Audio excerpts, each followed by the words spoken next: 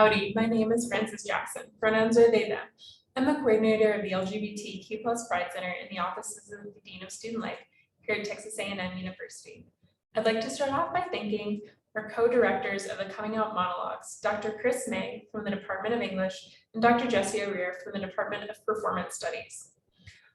We will start off our virtual workshop space with introductions. Then we may have some possible questions from the center, and then we'll take audience questions. Dr. O'Rear and Dr. May have some activities for this, so we're excited for this to lead us through these things. And with that, I'll hand it over to y'all. All right, thank you. Thanks, Frankie. Thanks for having us here. Thanks, Tristan, also for helping out tonight. My name is Chris May. My pronouns are he, him, his. I work in the Department of English at the World Shakespeare Bibliography. I'm an associate editor. So I'm housed over in the Liberal Arts and Humanities building is where my office is. I'm also one of the advisors for LGBTQ Aggies and also one of the advisors for Transcend. And so I'm active with some student organizations, and I'm also a co-director for the Coming Out Monologues. I've been doing this, I guess, now for, for maybe 5 years, working with different folks on this. Really happy to have Dr. Jessie O'Rear, who joined last year as a co-director. So I'll turn it over to Jessie for his introductions. Thanks, Chris. So hi, I'm Dr. Jessie O'Rear. As Dr. May said, I am a visiting assistant professor in the Department of Performance Studies.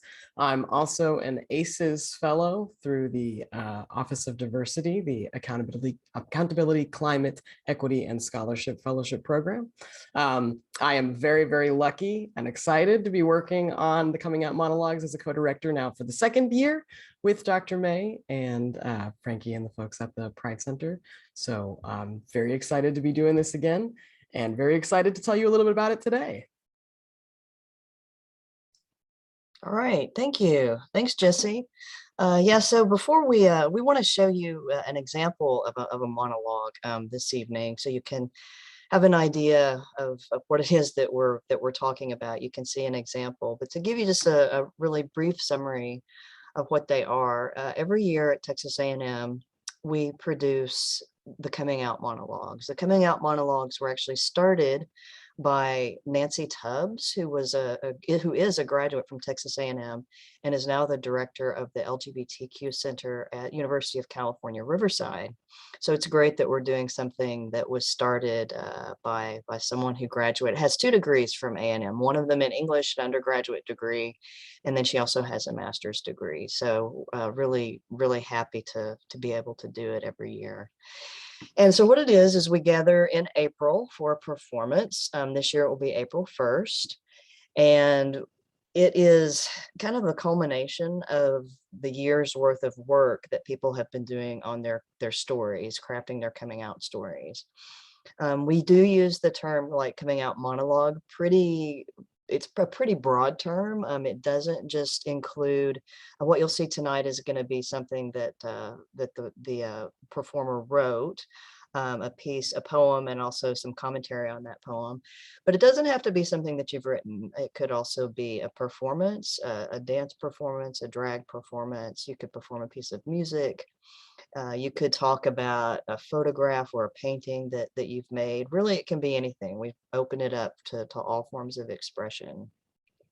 So we gather in one of the theaters over in Rudder, and we all present our stories that evening. And so it's really a nice supportive space, a very enthusiastic and also supportive audience. The people who are there are generally very appreciative that people have shared their stories and are usually there for a reason. They're there because they're an ally, they know someone, or they have someone in their family who is LGBTQ, or they themselves might be trying to figure out who they are, or they might be part of the queer community and they just come to celebrate and to support the people up on the stage. We also have been last couple of years had virtual aspects to the program, and we're going to do that again this year. So part of it will be in Rudder Theater, and part of it, the thinking is now that part of it is also going to be, we'll make use of the virtual tools that we have. So we can have some folks who aren't here in College Station actually join us. And that's what happened last year with the monologue that we're going to show you. From Carla Alvarez, who graduated from Texas A&M, went away for a year, and is actually now back working at the LGBTQ Pride Center here at Texas A&M. So really pleased to have Carla back. She's been such a wonderful presence with the Coming Out Monologues, and I've had the honor of working with her for the past 2 years on her piece. So we're going to go ahead and show you just to give you an idea of what it is. And you'll notice that Carla is reading this. It's not something that she's memorized. And generally that's what most people do. That's fine. We've had some people who memorize the whole thing, but don't feel like you have to memorize what it is that you're reading. So I'm going to go ahead and share my screen. And before I do that, let's see, Jesse, is there anything I'm missing that you'd like to add? Nope, I think you've covered the bases really nicely. Okay, as all always. right.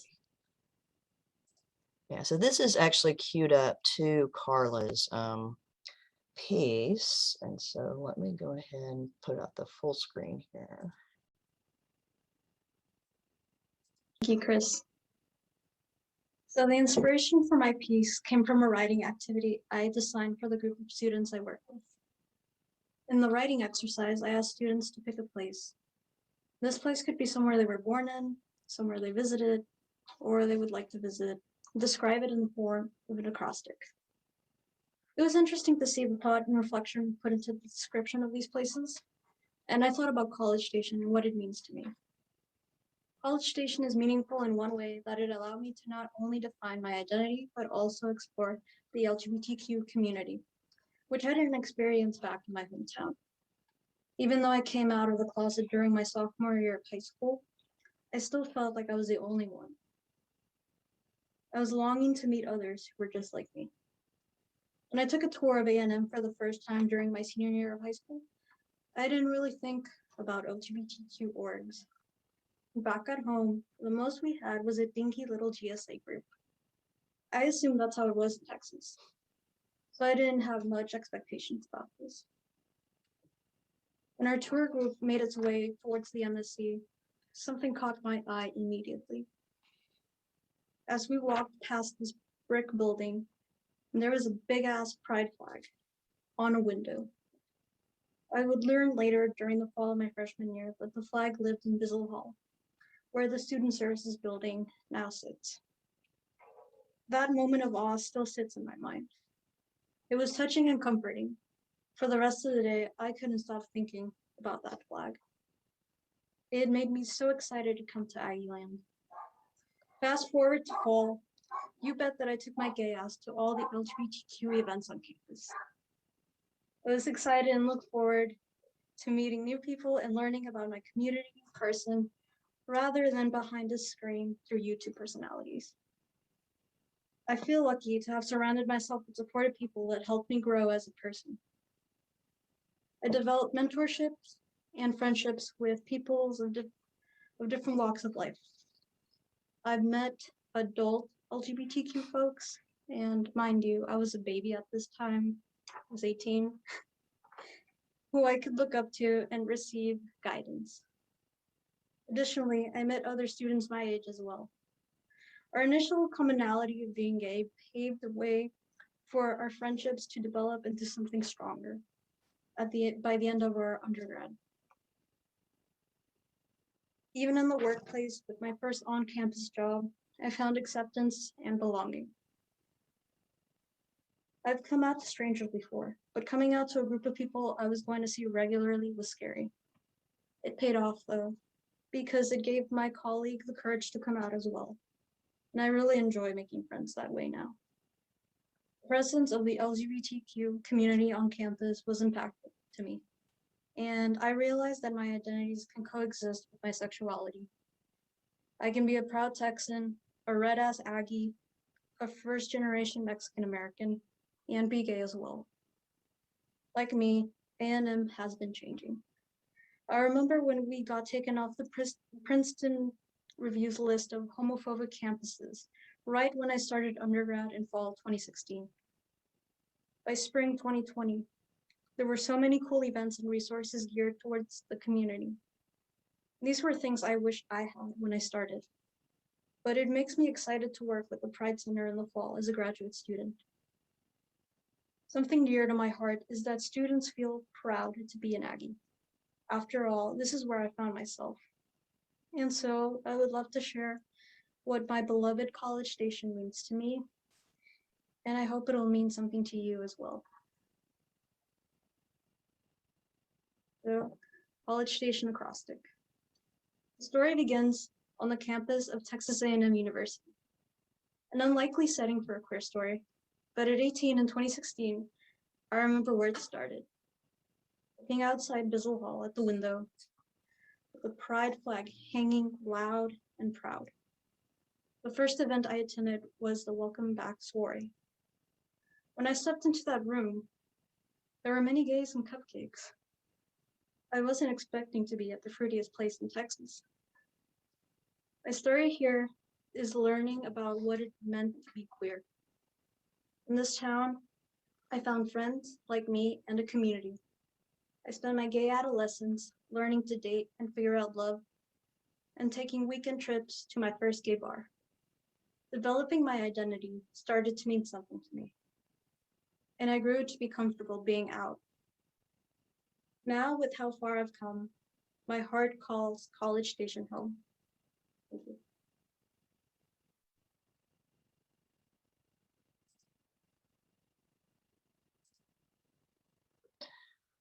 All right, so yeah, that was Carla's monologue. It's really nice to see that again. It's very well done. And she did work on that, started working on it in some workshops that we had in the fall semester a year ago about this time. I believe it was October when we had our first workshop. So the workshops are something that if you have a chance to go to one, it can really help you to get started on these. Carla's piece kind of, we do some exercises in the workshops that can kind of start to generate some starts. And so the seeds of this kind of started with that. And then as she mentions, she had an assignment that she gave to her students at the time. She was teaching, I believe it was teens, and this was their assignment to write an acrostic about a place that was important to them. And that kind of spurred her thoughts, and she was thinking about putting together her monologue.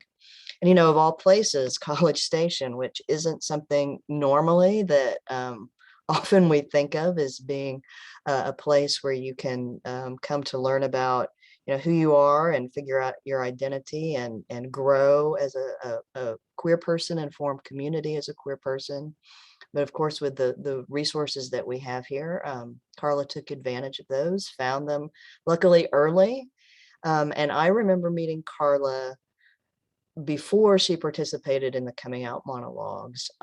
She was a junior, and I think it was the second time that she had attended the Coming Out Monologues. And a mutual friend of ours, Cody, introduced us. Cody was there with Carla at the monologues. And so Carla's history with the monologue, she does have that history of also being an audience member. And so with this particular piece, it was quite a bit different from the one she had written the year before.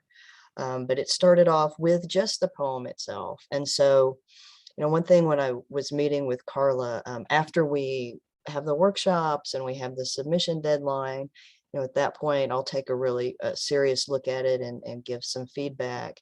The poem itself was great. I mean, I thought it was clever. It was had given her some space to think about place and the idea of community, which I really, really liked, and how she formed that community here. And so it was just not this connection that she got or came to know with herself, that she learned about herself, but also the way that she connected with the campus community and even beyond the campus queer community, and talking about the adults that she met, Cody being one of them. And so, those relationships are also really important in Carla's piece, and forming those, and then also missing it when she was away and having a chance to reflect on how far she had come. So really what we started to do when I met with her one-on-one, to start talking about, well, first of all, I gave her some feedback in a Google document. And then I met with her a little bit on Zoom, and we also chatted more over email. But really, I just started asking her, questions. I started talking to her about the poem and how she created it, what kind of, the imagery in the poem are great, and she kind of expands on that a little bit in the commentary. Let's set the context for this a little bit. So she read through the poem. We worked on that a little bit, tightened it up a little bit, and then we kind of started building the framework for it, the introduction and here the context, for the poem. And we talked about different ways to do it, if she wanted to read the poem at the beginning or if she wanted to read it at the end, and ultimately decided on reading it at the end. And also she kind of retooled the poem, how it looks on the page a little bit. But really talking to her about, not only kind of setting a context for this, but specifically like what kinds of images, what appeals, what kind of images can you paint with your words to appeal to the audience. So, she's got things like the flag, seeing the pride flag in there, very descriptive of walking across campus and noticing that over in the window. The cupcakes kind of brings, not just visual, but also taste into it. And then talking about those relationships that she built and finding those who she can feel comfortable around because there's a similarity and there's not that conflict. Talking about those kinds of more emotional things sometimes is difficult to paint those pictures, but I think she did a really great job of bringing that out. And so we polished it up a little bit. That's the other thing with the monologues, is that often you may not, even when you read it, you may feel like, oh, it's not quite done yet. You may be polishing it right up until that minute that you perform it. And that's totally fine. And you may even mess with it more after that and, present it somewhere else or do something else with it when you're finished. These pieces are really just works in progress. And it just comes to the point where, okay, now it's time to present this at the performance. So I don't know that a piece is ever really done and completed. But mostly, once I just started talking to Carla about the poem and her experience, we just put some of that into words, and that really set up the context well with it. So, finding someone that you're comfortable with to bounce your ideas off of, I think is really essential. And we do some of that in the workshops. Because sometimes what I'm saying, I know what happened. And so I might leave out key things that someone is really interested in knowing more about. And so kind of having an audience or someone to bounce that off of can be really helpful. So after I had worked with Carla on that, then Jesse comes into the process with holding rehearsal. So I'll turn it over to Jesse, and he can explain kind of what happens at the rehearsal stage. Sure. Thanks, Chris. So when I say, and we say rehearsal stage, I think that can sometimes sound a little bit daunting, especially if you're not somebody who has done public speaking or a lot of performance work. But what I do in the one-on-one rehearsal process with performers, with monologue writers or performers, is we really take a lot of that imagery work that Chris does in terms of description, and then we put that into our bodies. So getting into a one-on-one rehearsal is we really start with just sitting with our bodies and really getting into a space of being present and aware of our physical selves.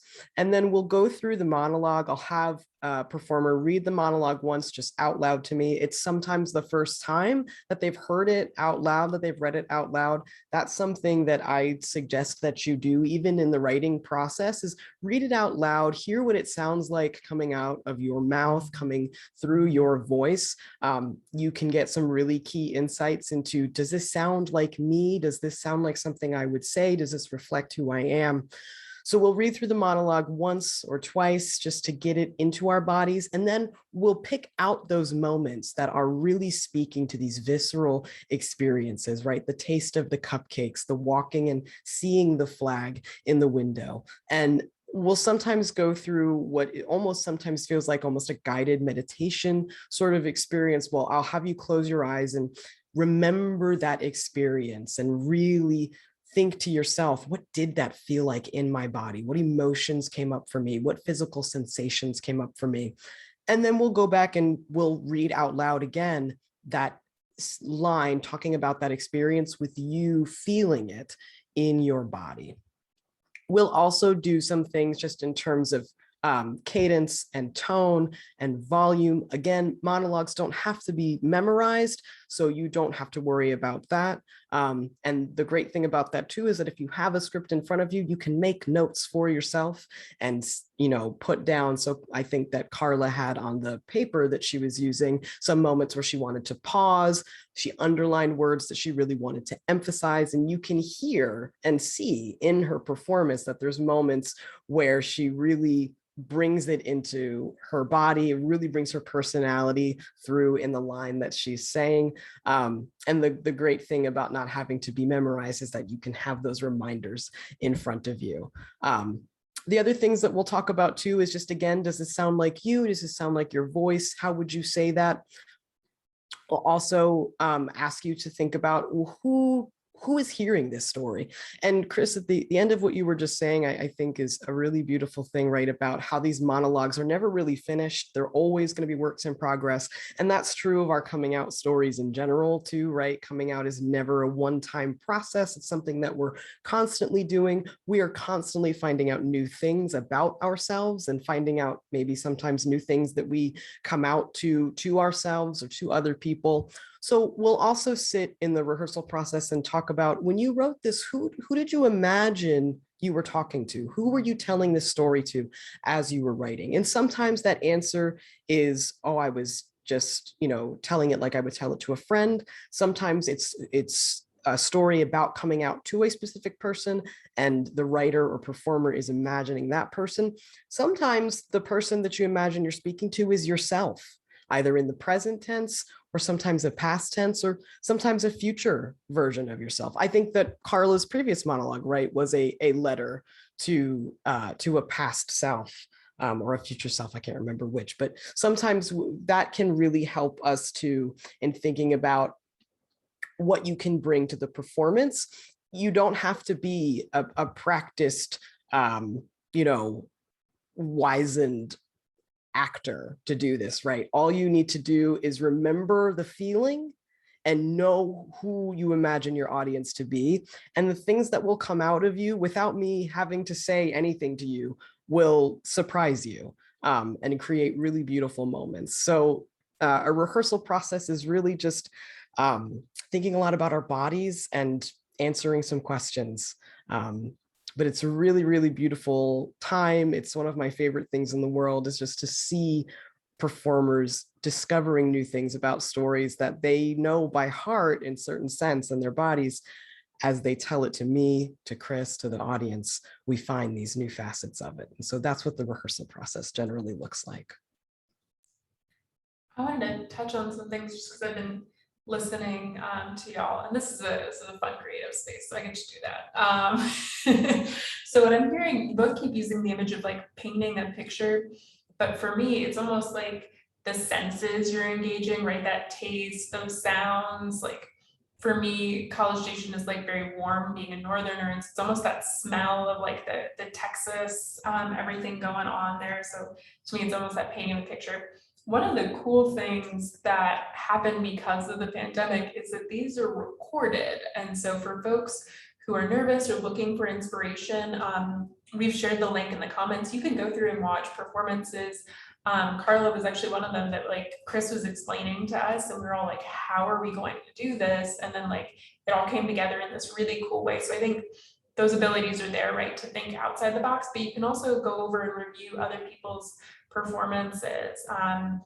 They are very inspiring and raw. Because our windows were down during it, I was tearing up again, just remembering these like spaces and these beautiful moments that people really share. And they're not all happy. I think sometimes we can associate a lot of happiness, but there can be pain in coming out. And so there are a couple monologues that do touch on some of that bittersweetness of coming out, that is, I'm living my true self, but that may mean an end to certain relationships. So some folks do touch on that. And so I want to just, think about that too, that this can be there can be a lot going on there.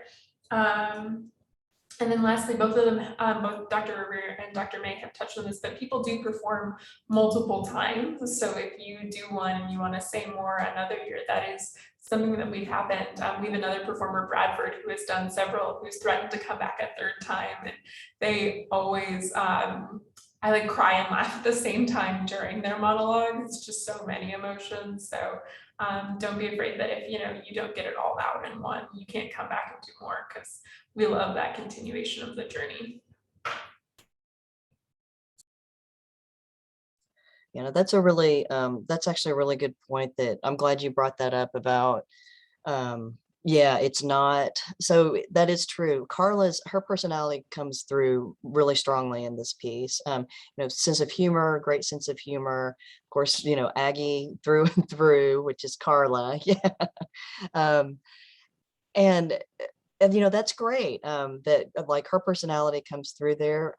In fact, the piece that she did the year before, which was a note to her younger self, was interesting because she was, reflecting on how, when she was younger, when she was a teenager, or actually late, no, this would be early junior high or early high school, was experiencing a lot of stuff that was difficult, and worrying about a lot of relationships with her family, carrying out just a lot, right? And so here was Carla, her older self, letting that younger self know that, this is going to work out. It just right now, it may not seem like it is, but it is going to work out. So kind of using, using those moments. And that one, certainly had some of those more painful moments, but then kind of looking at, ultimately these really joyful moments about coming into her own.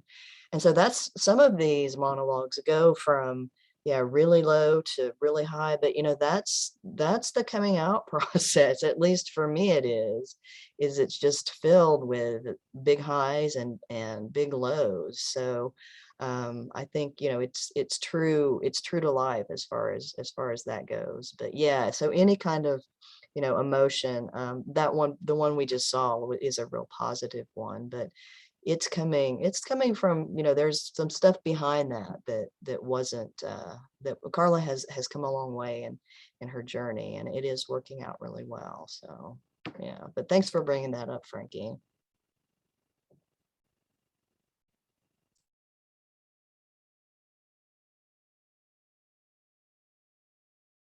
So I think that is, we just wanted to give a sense of what an example of a monologue looks like, and then an example of what the process of writing and editing and then rehearsing might look like. Chris, was there anything else that we wanted to share before we took some questions? I guess the only other thing is just to let folks know that we will have a workshop in November. I believe it's November the 3rd, which is a Wednesday, and it will be virtual. So just stay tuned for that. More information about that will be coming. We'll have a registration process where you'll register, and then you'll be sent the link, right before the meeting.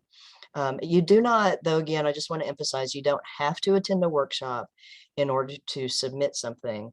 But if you can make it, it is, I do think they're valuable, but we've had people, they just haven't been able to attend due to their schedules, and we understand that. So we can definitely work with you, if you can't make it to a workshop.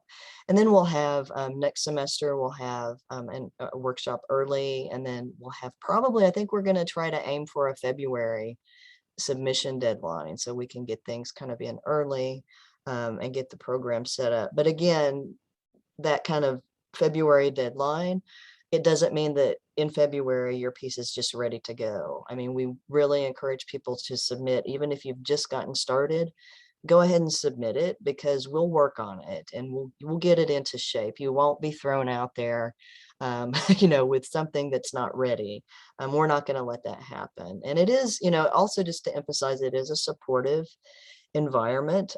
We have had very supportive audiences, and just the whole process is supportive. And so you may have some nervousness about participating, but if you decide that you would like to submit a piece but you just aren't up to performing it, we have some volunteers from Allies who have volunteered to go ahead and read them. So we do have folks who can read it for you.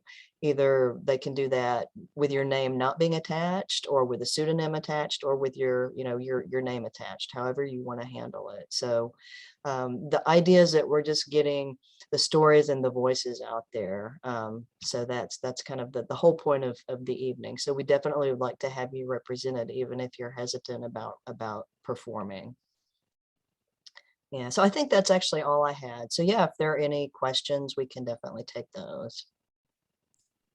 So folks can submit questions online in the comments in the Facebook Live, or you can message them to the center. We don't have any at the moment. I was wondering, as someone, I mean, I have a history degree, so like I'm okay at getting started writing. But for some of our STEM majors here, right? Like how do you start writing, right? Like especially something that isn't like really prompted and stuff. Like how do y'all, like what is it, like getting a cup of coffee or tea and then like hand journaling? Like how do, like, for someone who maybe doesn't like write a ton for like in their major, how do you get going on a piece that is so emotional?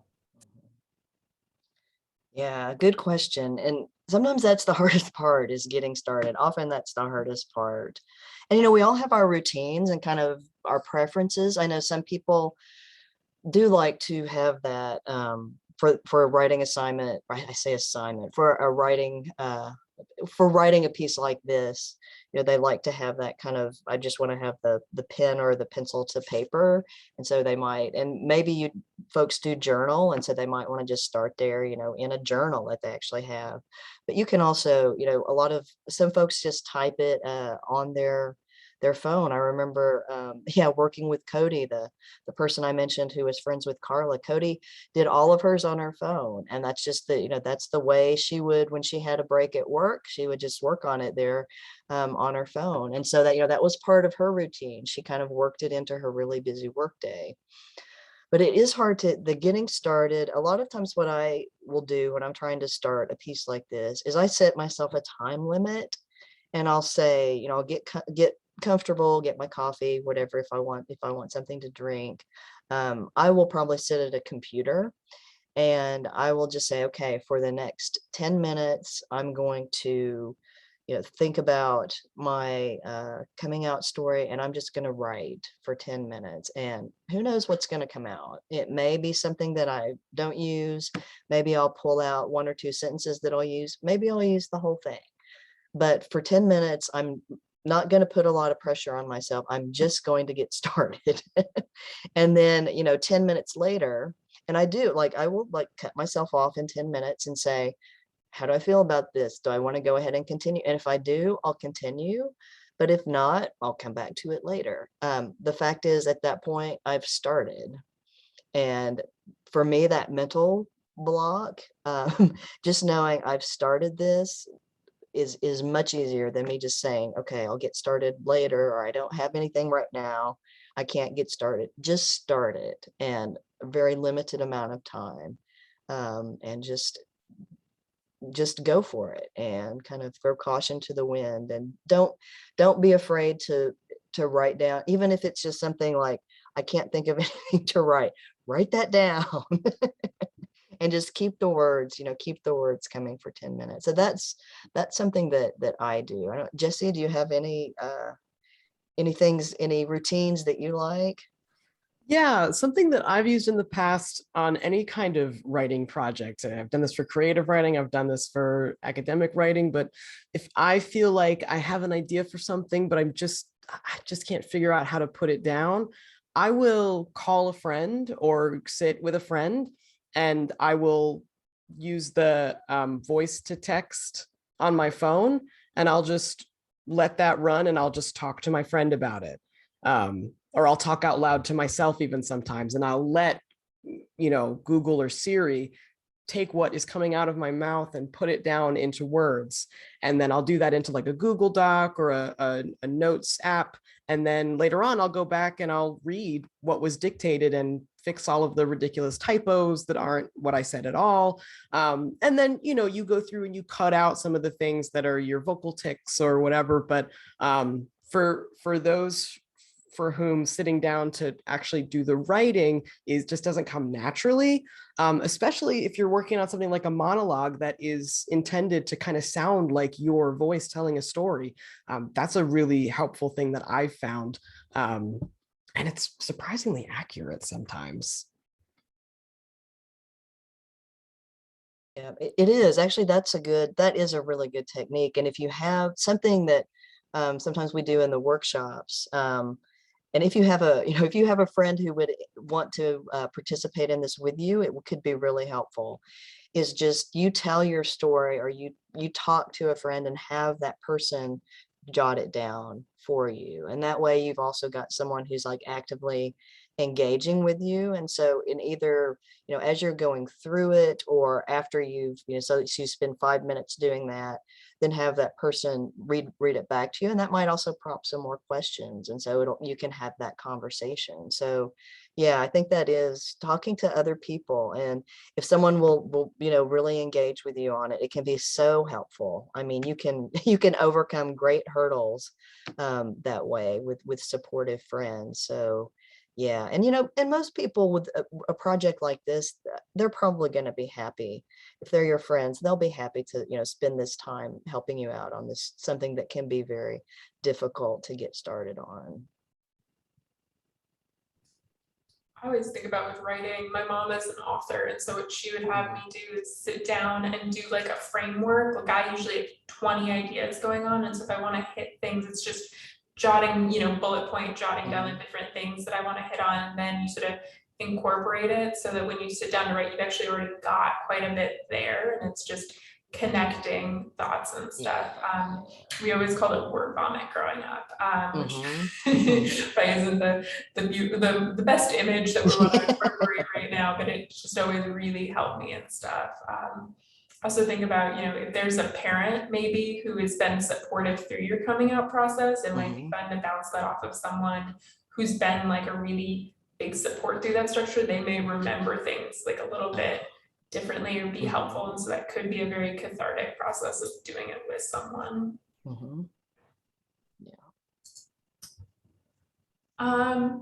So folks are interested, I'm not seeing any comments online, but are there any resources on campus that you would recommend folks going to for help? I think about like the library, or we might have writing labs, but y'all would know a little bit better on the academic side of the house.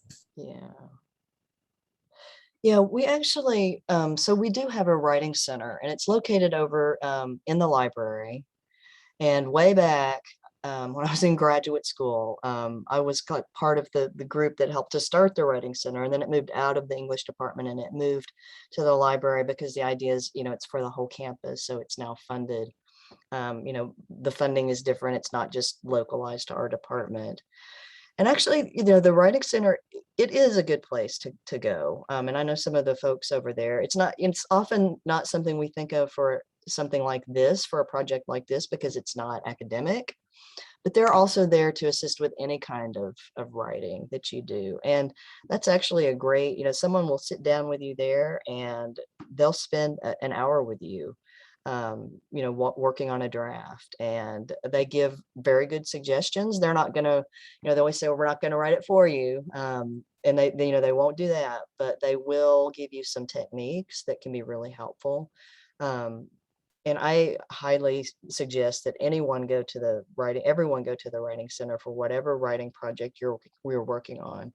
Even if you're the best writer in the world, going to the writing center can really be beneficial, because you can your writing will improve no matter what. And I think for something like this, it would actually be a great idea to just make an appointment. You know, your student fees are paying for it, so definitely take advantage of it. So yeah, definitely. And of course, the library is another good spot. You know, if you need some inspiration, maybe just talk to a librarian about some books that, you know, that might be helpful. Or if you'd like to, you know, check in with me and Jesse or at the center, we can give you some reading suggestions. Sometimes just looking at, for example, the exhibit right now at Cushing about, you know, queer history in Houston, like Houston, that kind of localized and about community. Take a break, go over to Cushing and take a look at that exhibit. It might spark some ideas, you know, as you're kind of thinking back on your own experience. Yeah, so those are just so you probably have other inspiration ideas. I'm so glad that you mentioned the exhibit at Cushing. It's such a beautiful exhibition right now. And there are a couple of pieces in there that are transcriptions of oral histories or archives of people's diary entries and photo albums of their lives. And, you know, I agree with Dr. May. I would highly recommend you going out to look at that, because you may find, and I find, right, that sometimes we minimize our experiences. We say, well, that's not important. It's just whatever. It's just that time I went and did that thing and who cares? But it's important. Those little details of your life, they're important, especially when we're thinking about something as significant as your coming out story or your story of your finding your identity. And then the other thing that I do want to say is, you know, it can be very scary to think about sharing any piece of writing or any piece of any project that you're working on. It can be really scary to think about somebody else looking at that and, oh no, they're gonna see what an awful whatever I am, or they're gonna judge me. And that's never the case. That's never the case when you're working with us or when you're working with friends. And one of my favorite professors in college used to say, feedback is love. When you let somebody see your work and they let you know what they think of it, what is working, what might change, all of that is an act of love to help you get to presenting the best piece of work that really represents you. So it can be scary and feel very vulnerable, but know that everyone who's looking at what you're doing is doing it out of a deep place of care and wanting you to feel the best about the work that you're presenting. We actually have an audience question. Yes, very exciting. So just wanted to confirm our coming out monologue doesn't have to relate to our sexuality.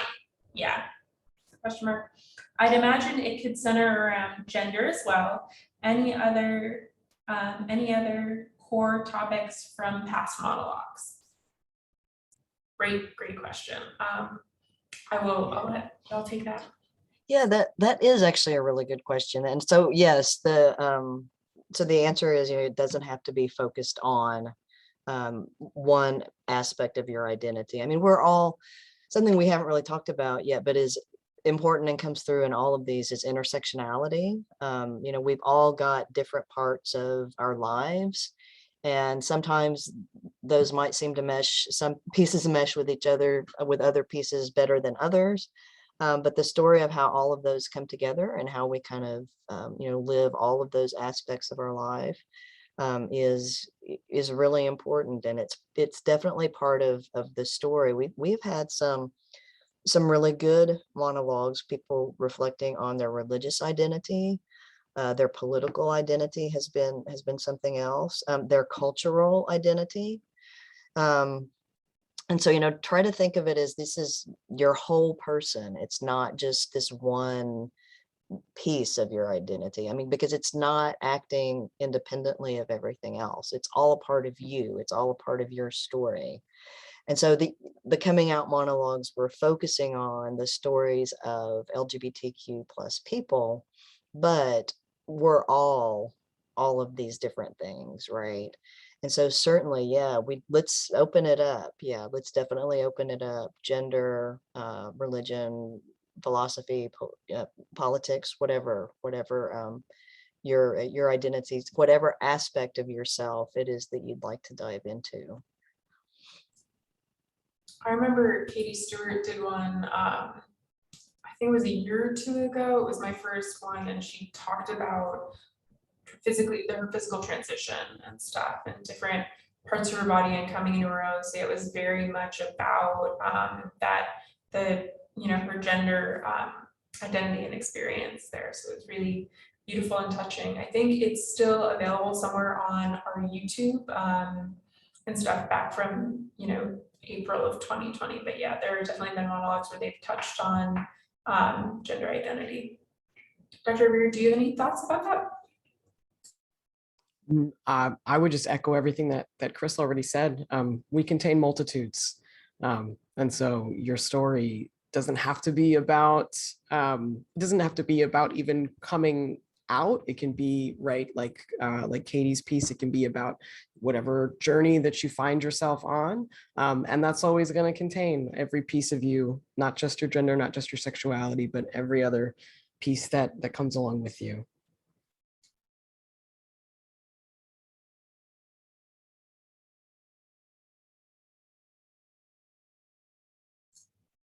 Awesome. All right. Well, I think we're going to close it out for questions. I just wanted to give you all the chance to have a closing thought, and then we will end this. All right. So yeah, so that thank you everyone for joining us today. And just to encourage you to, if you have some questions, to reach out to us or to reach out to the Pride Center. We'd be happy to talk with you about this more, meet with you one-on-one. We could schedule easily a Zoom meeting to talk with you if you have some specific questions. We do actually have someone who's actually already started, which is wonderful. And so it's great to get the ideas going early. I think that's good. And so it is a process. We're working on these through the whole year, so we start early. So I just encourage everyone, if this is something you might like to do, to join us, to submit something. If you're not quite sure, or you're not sure this is for you yet, attend the performance, because that will give you an idea of what it's like. Take a look at the one that we did last year, that we have the recording of, and that'll give you a pretty good taste of kind of the diversity of experience. So just welcome anyone to join us. Yeah, just thank you all for being here with us. Let us know if you have any questions. Know that your story is important and your story deserves to be heard. And maybe that won't be this year, maybe it'll be next year, maybe the year after, but all of your stories deserve to be heard, and in the way that you want them to be heard. So if you're a writer, great. If you have other passions that you want to dive into for this project, let us know, and let us know how we can support you. Thank you both for joining us on this Coming Out Day. I think it's very auspicious that we got to do it on October 11th. Very excited about that. If you enjoyed this and you wanted a little bit more time to work, we'll have that Coming Out Monologue workshop on Zoom on November 3rd. We have a link to that in the description, whether you're on Facebook, if you're joining us at another date and time, that'll be in the comments section. So very excited. Thanks and gig 'em, y'all.